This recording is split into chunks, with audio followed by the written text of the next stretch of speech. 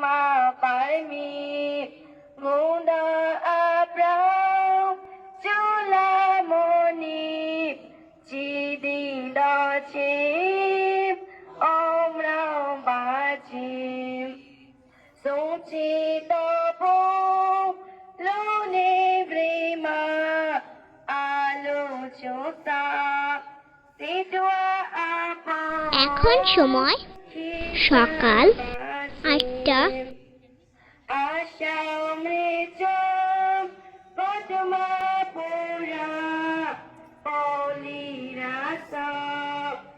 আকি গান ইসা আরো আরে প্রস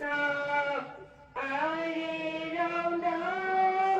পলিরাস বাদয় বাদয় চাকাই চাকাই দানা দিলা ইয়া পানি গুলা আটা চোলা মনি জিদি দাজে লোলে ব্লেমা আলো জোসা সেটোয়া সাবাজে আশা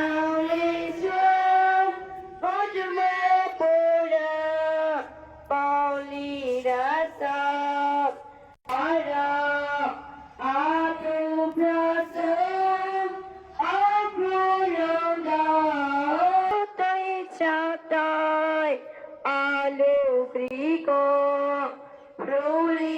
Prolirasam,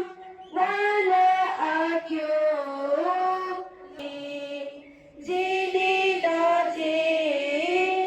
Om Rao Baji, Samaji, Asham Rishwa, Bodhma Bhutano, Sagai Ano, Keita Aro, Awa Praso, Apoyondo, Polirasa, Boadoi, Boadoi, Shatoi, Shatoi, Sike Tora,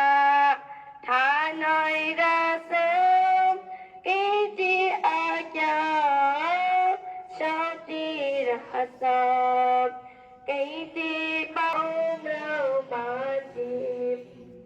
Soti Tapu, Luni Brima,